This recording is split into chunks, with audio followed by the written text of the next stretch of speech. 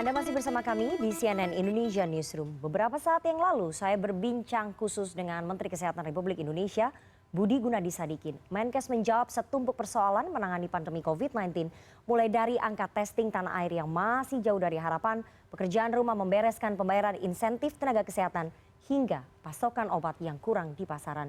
Menteri Kesehatan mengaku tidak bisa memprediksi kapan angka kasus positif tanah air akan melandai.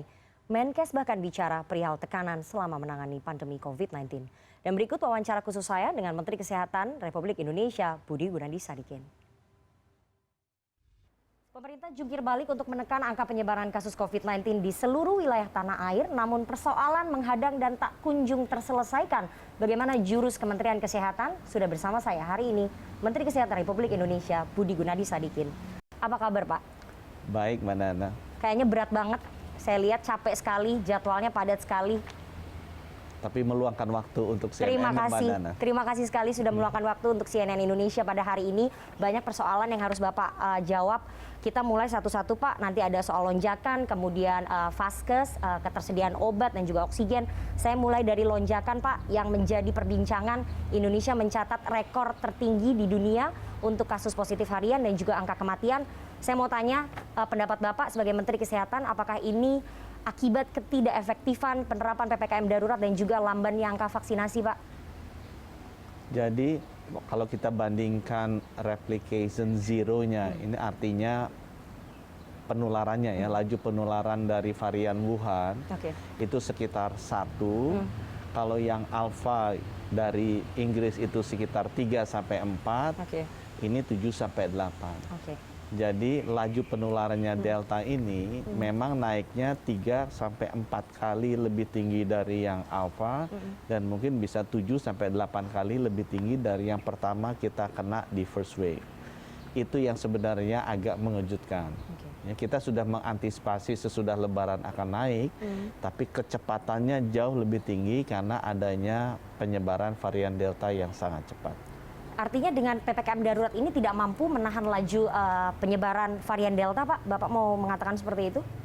Kita melihat bahwa sebenarnya apapun virusnya, tipenya, asal kita disiplin pakai masker dan jaga jarak, itu adalah salah satu jurus pencegahan yang paling baik.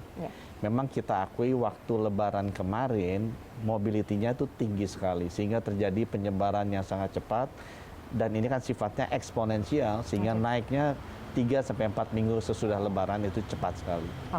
Tapi tadi Bapak udah bilang jurus ya, jurus untuk menangani pandemi itu salah satunya adalah meningkatkan testing dan juga tracing. Saya ingat sekali pemerintah berulang kali mengatakan bahwa selama masa PPKM darurat angka testing dan juga tracing akan ditingkatkan. Tapi kalau kita lihat, Pak, datanya angka testing kita ini naik turun, Pak, tidak konsisten selama masa PPKM darurat. Masalahnya di mana, Pak? Apakah ada pemerintah daerah yang tidak jujur, kemudian tidak menggencarkan testing, Pak, di lapangan? Kalau saya lihat testingnya sebelum Lebaran itu sekitar 50-60 ribu. Ya. Sekarang kalau saya lihat untuk spesimen orangnya sudah bisa kena 140-150 ribu, sedangkan untuk jumlah tesnya spesimennya bukan tes jumlah orangnya itu sudah konsisten di atas 200 ribu.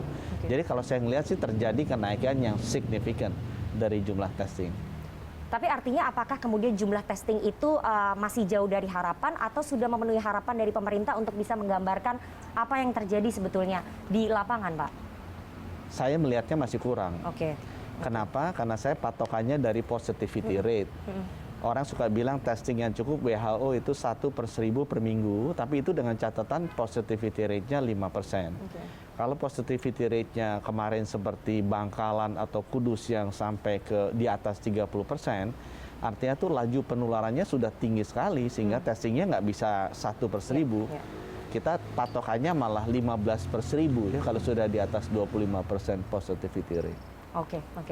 Pak, saya harus jujur ya mengatakan kenyataan pahit bahwa banyak sekali kemudian masyarakat yang mengkritik cara pemerintah untuk menangani pandemi. Salah satunya adalah kalau kita lihat pemerintah di tengah lonjakan kasus lebih mengutamakan untuk mengecarkan vaksinasi massal. Padahal banyak ahli yang mengatakan negara-negara di dunia meskipun mereka sudah mencapai vaksinasi massal yang cukup tinggi itu tidak mampu untuk menahan varian Delta. Kenapa kemudian pemerintah terutama Kementerian Kesehatan lebih memilih opsi solusi utama vaksinasi massal untuk mengatasi penyebaran pandemi ini, Pak? Di Kementerian Kesehatan dari awal kita selalu konsisten mengatasi pandemi. Ada 4 hal yang harus dilakukan bersamaan. Ya. Yang pertama adalah protokol kesehatan. Ini yang paling hulu, yang paling penting. Nomor 2 adalah testing, tracing, dan isolasi. Nomor 3 vaksinasi. Kalau 3 hal itu lewat, itu kan strategi buat orang sehat. Yang keempat adalah rumah sakit, urusan perawatan. Jadi kalau saya dari dulu 3 hal itu harus berjalan bersamaan ya. Tidak cukup dengan vaksinasi saja. Bisa berjalan beriringan atau masih jauh dari harapan? Karena vaksinasinya juga tidak mencapai target, belum mencapai target, tapi di sisi lain penerapan protokol kesehatan seperti yang tadi Bapak sampaikan juga masih jauh dari harapan, Pak. Kalau saya bilang justru yang vaksinasi yang paling mencapai target dibandingkan dengan misalnya penerapan protokol kesehatan. Karena kita lihat masyarakat kita kan bukan masyarakat yang disiplin dan mungkin sudah capek. Tapi kalau vaksinasi belum mencapai target, ya kita bisa lihat kita ranking 10 atau 11 dunia ya. Yeah. Jadi yang capai target ya mungkin yang nomor 1, nomor 2, nomor 3. Jadi kita not bad juga sih. Dan buat developing countries kita yang paling tinggi sebenarnya. Pak, ini kalau kita lihat Pak, dengan meningkatnya angka kasus positif harian, kemudian berpengaruh pada fasilitas kesehatan, kita mulai bicara dari lonjakan kasus ke fasilitas kesehatan, ternyata masyarakat banyak sekali yang mengantri Pak untuk mendapatkan perawatan di rumah sakit, bahkan banyak juga yang meninggal dunia karena tidak mendapatkan bed di rumah sakit akibat keterlambatan penanganan begitu ya Pak ya. Bahkan Persi juga sudah mengatakan bahwa mereka kewalahan. Saya mau tanya deh Pak, kenapa kemudian sejak awal bahwa Kementerian Kesehatan sudah mengetahui bahwa akan ada gelombang seperti yang terjadi di India? Kenapa tidak disiapkan skenario roadmap untuk pendirian rumah sakit darurat Pak? Saya terus terang sedih dengan banyaknya tenaga kesehatan kita yang kena ya. Walaupun banyak juga tenaga kesehatan yang bilang ke saya mereka merasa beruntung sudah divaksin 2 kali. Sehingga lebih cepat sembuhnya dan tidak usah sampai masuk ICU. Gitu ya. Nah saya catat sebenarnya roadmap-nya sudah dibikin. Jadi sebelum Lebaran saya masih ingat angka rumah bornya, buat angka bor. Orang yang pasien di rumah sakit COVID itu 23.000. Jadi berdasarkan first wave, kita lihat naiknya itu 280%. Jadi kita persiapkan 3 kali 25.000, 300%. Kita mempersiapkan 75.000 bed. Pada saat sebelum Lebaran, siap-siap ini naik. Dalam 6 minggu sekarang dia naiknya 91. Jadi memang ya kita bisa merencanakan, tapi kenyataannya memang realitasnya jauh lebih tinggi dari yang kita rencanakan. Karena memang sekali lagi Delta variannya itu cepat sekali penyebarannya. Artinya Bapak sudah menyiapkan roadmap-nya sebelum gelombang itu datang, tapi ternyata roadmap-nya tidak sesuai dengan apa yang terjadi di lapangan. Betul. Dan saya merasa itu normal ya, karena tidak ada satu negara pun yang tahu ini bakal kemana, termasuk negara seperti Israel dan negara seperti Inggris yang sangat maju. Kedepannya itu bagaimana supaya kemudian masyarakat tidak kekurangan Pak, kekurangan bed-bed di rumah sakit, kemudian mereka tidak akhirnya harus mengalami gejala yang lebih berat, meninggal dunia karena mereka tidak mendapatkan bed di rumah sakit dan terlambat ditangani. Solusi Bapak apa? Yang sudah kita kerjakan, di Jakarta kita sudah nambah 900 bed di Wisma Haji. Kita akan selesaikan dalam 2 minggu 400 bed di RSCM. Dan sekarang Rumah Sakit Pertamina sedang membangun 500 bed lagi, jadi diharapkan 1.800 bed 3 minggu ke depan tersedia. Hitungan kami sudah lumayan. Ya. Itu akan, yang sudah itu baru yang 900 bed, tapi yang 900 bed sudah. Untuk tempat isolasi, karena kan dari yang 100 masuk 80% mesti isolasi, kita sudah double kapasitas Wisma Atlet yang tadinya cuma 8.000, kita tambah di Nagrek 3.000 dan di Pasar Rumput 6.000 jadi 9.000. Jadi itu yang kita lakukan. Jawa Barat kemarin tim saya sudah datang ke Bandung, kita sudah identifikasi rumah sakit lapangan untuk 1.000 bed, sudah kemarin juga ke Solo, ke Dono Yudan 1.000 bed, dan sekarang sedang ada di Surabaya di Rumah Sakit Indrapura punyanya kita, mungkin kita bisa bikin 750 sampai 1.000 bed.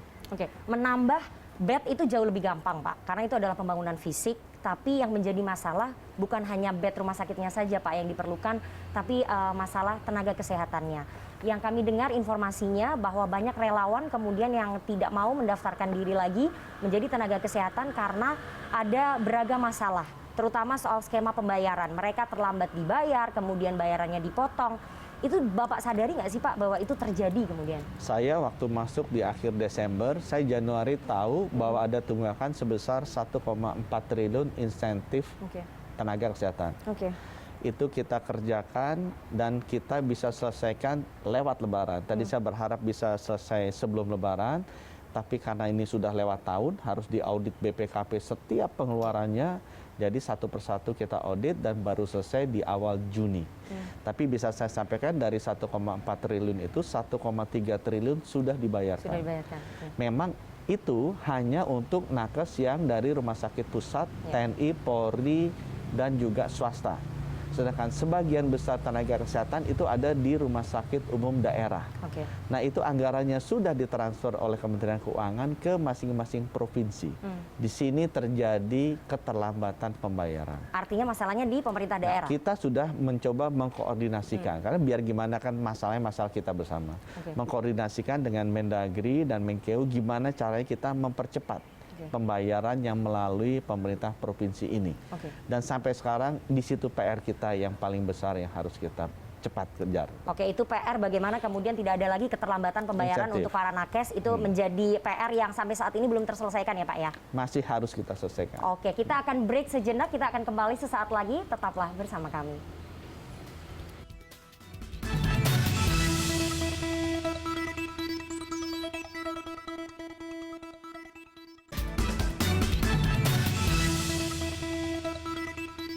Dan Anda masih bersama kami di CNN Indonesia Newsroom dan saya masih bersama dengan Menteri Kesehatan Republik Indonesia Budi Gunadi Sadikin. Pak Menkes, kita teruskan lagi.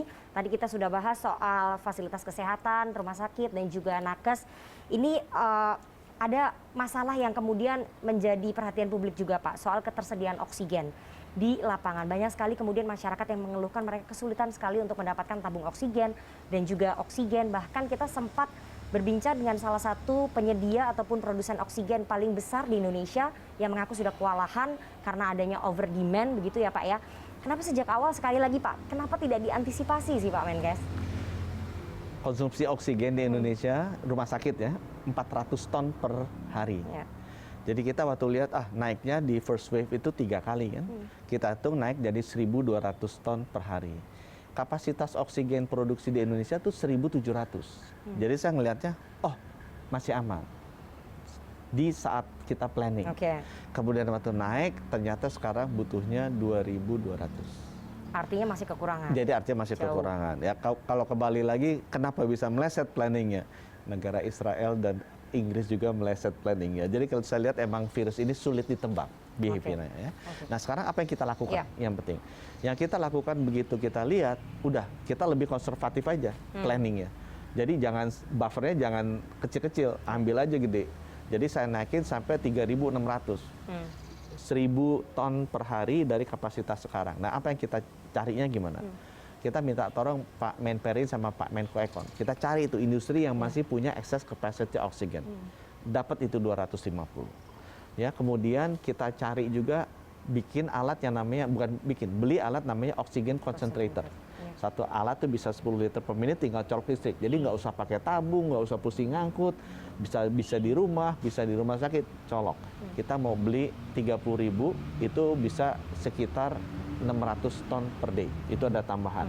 Dan sisanya sekarang ya kita mau cari kalau butuh import ya kita import.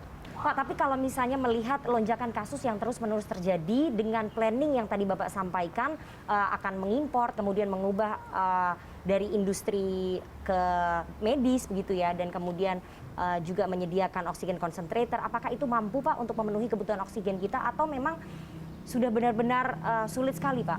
Kita nambahnya jadi cadangannya sekarang 1.000 lebih tinggi daripada yang kita hitung. Jadi misalnya kita hitung misalnya 2.600, kita hitung naiknya jadi 3.500, sekarang kita udah naikinnya jadi 4.000. Kita hitungnya seperti itu.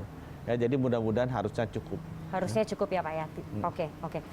Selain oksigen, soal ketersediaan obat COVID-19 di pasaran, ini sulit sekali Pak masyarakat untuk mendapatkan obat-obat COVID-19, terutama yang diimpor, salah satunya remdesivir Pak. Saya mendapatkan informasi bahwa pada bulan Maret sebetulnya salah satu importir obat terbesar di tanah air sudah pernah mengingatkan Kementerian Kesehatan untuk menstok obat-obat COVID yang barang ini diimpor. Kenapa kemudian itu tidak dilakukan Pak? Sudah dilakukan, yang terjadi adalah remdesivir importnya dari negara yang tidak mengizinkan ekspor. Oke, Jadi salah satunya India. Which is remdesivir itu hampir semua importnya dari India. Oke. Karena India kejadian seperti itu, kemudian mereka tidak mengizinkan ekspor. Itu sebabnya saya merasakan memang kita harus memperkuat, membangun industri obat dalam negeri. Tapi itu baru dirilis, jadi minggu ini masuk 50.000, minggu depan masuk lagi 50.000, 2 minggu lagi masuk 50.000. Jadi itu sudah jalan, kita sudah solve, begitu ada masalah, kita diskusi dengan pemerintah India, Ibu Menlu bantu, akhirnya kita rilis. Kita dapat 150.000 remdesivir datang. Dengan apa yang Bapak sampaikan, dengan rencana dan juga planning yang Bapak sampaikan, apakah kemudian itu bisa memastikan bahwa pasokan obat tidak akan kekurangan, Pak? Pasokan obat pasti akan ketat untuk sebulan ke depan. Itu tadi saya kasih contoh Actemra, sampai CEO globalnya saja sudah bilang supply-nya nggak ada. Jadi pasti akan ketat. Itu sebabnya saya pengen sampaikan di sini, rumah sakit seberapapun kita tambah tidak akan pernah cukup. Ya. Rumah sakit yang sekarang juga misalnya nerima orang kecelakaan nggak akan pernah cukup kalau supirnya nggak pernah diajarin nyupir yang baik itu seperti apa. Jadi saya bilang rumah sakit ini sebabapun nggak akan pernah cukup kalau teman-teman kita sendiri tidak mulai disiplin dengan protokol kesehatan. Tidak akan pernah cukup. Oke. Dari vaskes, obat, oksigen, kita beralih Pak ke vaksinasi. Bapak kemarin sudah mengumumkan ada vaksin Moderna yang sudah tiba dan nanti akan disuntikan sebagai booster kepada tenaga kesehatan, jumlahnya 1,48 juta. Pertanyaannya begini Pak, dengan adanya nakes 1,48 juta, banyak kekhawatiran bahwa Moderna ini nanti akan disalahgunakan ataupun dipakai oleh kalangan-kalangan pejabat dan juga warga kelas menengah atas yang kemudian mereka menginginkan vaksin Moderna karena efikasinya jauh lebih baik dibandingkan Sinovac. Bagaimana mencegah hal itu supaya tidak terjadi, Pak? Itu sebabnya kenapa kita kasih ke nakes duluan. Ya, karena ini kita tahu vaksinnya efikasinya bagus, dan kita juga tahu nakes itu adalah prioritas karena mereka tuh yang tiap hari ketemu dengan virusnya levelnya tinggi, dan kemarin juga banyak yang kena. Walaupun saya bersyukur tidak sampai parah atau tidak sampai masuk rumah sakit sebagian besar ya. Dan sudah mulai hari ini. Jadi di Rumah Sakit Cipto hari ini guru besar Fakultas Kedokteran UI yang senior itu sudah mulai divaksinasi. Dan saya berharap, saya tahu semua orang pasti ingin juga mendapat suntik ketiga. Di sini kesempatan saya omong, masih banyak rekan-rekan kita yang belum dapat. Kita suntik 56 juta, tapi baru 40 juta orang. Masih ada lagi 140 juta yang belum dapat. Yuk kita memberikan empati yang baik dan memberikan kesempatan kepada mereka dulu. Tapi banyak ya Pak ya, pejabat dan juga warga kelas menengah atas kemudian yang nelpon Bapak untuk minta Moderna, pasti banyak dong Pak. Ya, kita mengajak mereka mudah-mudahan mau memberikan kesempatan untuk yang belum dapat vaksin pertama. Oke, artinya sisa 3,5 juta itu, sekitar 3 juta vaksin Moderna nanti akan diberikan kepada masyarakat yang belum sama sekali mendapatkan vaksinasi ya Pak ya. Betul. Itu janji dari Kementerian Kesehatan, nanti kita tagih ya Pak ya. Ini menarik juga Pak bahwa WHO kan sudah memberikan rekomendasi, tidak menyarankan untuk pemberian vaksin yang mereknya ini berbeda. Para epidemiolog juga mengatakan bahwa pemberian vaksin dengan merek berbeda itu harus ada penelitian lebih lanjut. Kenapa kemudian Kementerian Kesehatan mencontoh negara-negara lain memang sudah ada yang memperlakukan kombinasi ya Pak ya pemberian vaksin. Kenapa kemudian Kementerian Kesehatan mengambil langkah itu Pak, memberikan booster dengan vaksin yang merek berbeda? Rejim persetujuan obat itu sangat lokal. Jadi sangat jarang satu obat misalnya disetujui oleh badan global berlaku di seluruh dunia. Jarang. Jadi misalnya negara Amerika dia punya FDA. Obat yang disetujui oleh FDA belum tentu disetujui oleh BPOM, belum tentu disetujui oleh EMA, European Medicine Authority ya. Jadi sangat lokal. Nah, kenapa kita menggunakan Moderna di sini mau atau berani? Karena memang BPOM dan ITAGI sudah memberikan izin. Sehingga dengan demikian kita merasa bahwa dua regulator yang memang memiliki wewenang untuk memberikan izin sudah memberikan izin mereka. Tapi seberapa efektif Pak dengan adanya booster ketiga Moderna ini kepada para nakes menurut penelitian? Bukti yang paling baik kita tunggu nanti sebulan lagi. Kita tunggu nanti realisasinya ya. Realisasi. Oke Pak. Ya, Pak, Anda sempat mengatakan sebelumnya herd immunity akan tercapai Pak di November 2021. Dasarnya apa? Ini banyak sekali kemudian yang mengkritik kenapa Pak Menkes mengatakan itu. Apakah dasarnya vaksinasi bisa berjalan maksimal atau memang masyarakat sudah mayoritas terinfeksi? Nah mungkin Bapak bisa jelaskan. Yang bilang herd immunity tercapai di November 2021 itu umumnya wartawan. Oke. Kalau saya Menkes bilangnya 70% dari target 181,5 juta akan tercapai kira-kira di November. Kenapa? Karena waktu itu targetnya masih 181,5 belum hitung anak. Kalau hitung dengan anak 206 juta di 206,2. Jadi 70% dari 181,5 itu sekitar 130-140 juta dosis vaksin itu 140 juta orang kali 2 kan 280 juta. Nah saya lihatnya angka 280 juta itu kira-kira Oktober vaksinnya dapat. Nah biasanya kita suntiknya tuh 1 bulan. Jadi dalam 1 bulan yang diproduksi Oktober tuh habis kesuntik. Itu sebabnya saya perkiraan lagi planningnya 70% dari 181,5 juta orang itu akan tersuntik di bulan November. Kalau vaksinnya ketersediaannya kalau vaksinnya ada. tidak berubah dari rencana, itu juga karena tadi. sudah berubah Kenapa terus ya, tidak Pak? merencanakan? Vaksin ini berubah tiap hari. Ya, tiap hari dia berubah. Kalau misalnya herd immunity belum tentu tercapai di bulan November, tapi kalau misalnya kita berkaca pada apa yang terjadi di India membutuhkan waktu 52 hari Pak untuk melandaikan kasus positifnya, melandaikan ya Pak ya, bukan turun.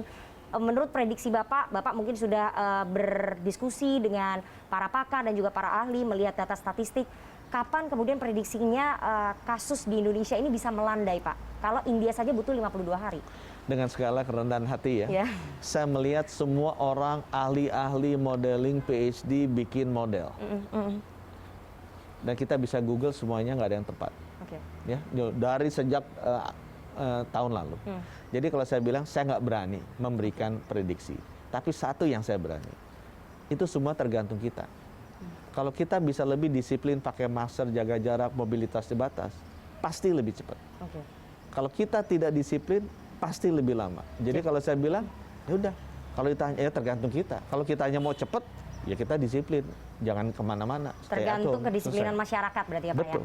Betul. Pak, pertanyaan terakhir, ini pertanyaan yang kemudian harus saya tanyakan kepada Bapak. Dengan banyaknya tekanan, segala macam masalah yang kemudian ditujukan kepada Pak Menkes, pernah nggak sih Pak terbersit, aduh berat sekali ternyata menjadi Menkes. Pernah nggak Pak terbersit mengundurkan diri gitu Pak?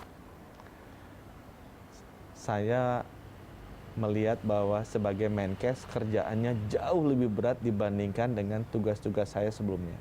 Baik sebagai Dirut Mandiri, bank terbesar di Indonesia, maupun sebagai Dirut Inalum, suruh akuisisi Freeport yang sudah 5 presiden tidak pernah berhasil. Itu di zaman Pak Jokowi itu bisa berhasil. Kalau buat saya tugas berat itu biasa. Tapi yang menarik sebagai Menteri Kesehatan adalah kita berbuat baik terhadap sesama manusia. Saya yang bikin capek nih 2 minggu terakhir, karena saya mesti balesin WhatsApp itu sampai 500, sampai 700, sampai malam, minta tolong cari kamar atau obat. Dan kalau saya capek, lupa balas ketiduran, saya besok ya baru balas, saya lihat beberapa sudah tidak tertolong. Itu yang memberikan energi kepada saya pribadi untuk bisa merespon, melayani mereka sebaik-baiknya. Saya juga punya personal, ini jadi personal karena memang tante saya pun wafat. Umur 85 karena COVID. Demikian cepat, jadi saya tahu mungkin lebih baik buat saya terus melayani masyarakat. Artinya Bapak maju terus ya Pak ya, dengan segala resiko dan juga tekanan terhadap Walaupun Bapak. anytime Bapak Presiden minta saya mundur, saya adalah pembantu beliau. Tapi saya akan terus membantu masyarakat selama saya bisa. Terima kasih sekali Pak Menteri Kesehatan Republik Indonesia Budi Gunadi Sadikin atas waktunya kepada CNN Indonesia Newsroom pada sore hari ini. Sehat selalu Pak Menkes, kita tunggu nanti bagaimana penanganan pandemi yang dilakukan oleh pemerintah. Terima kasih sekali Pak. Dan demikian wawancara saya dengan Menteri Kesehatan Republik Indonesia Budi Gunadi Sadikin. Saya Rifana Pratiwi pamit, selamat sore dan sampai jumpa.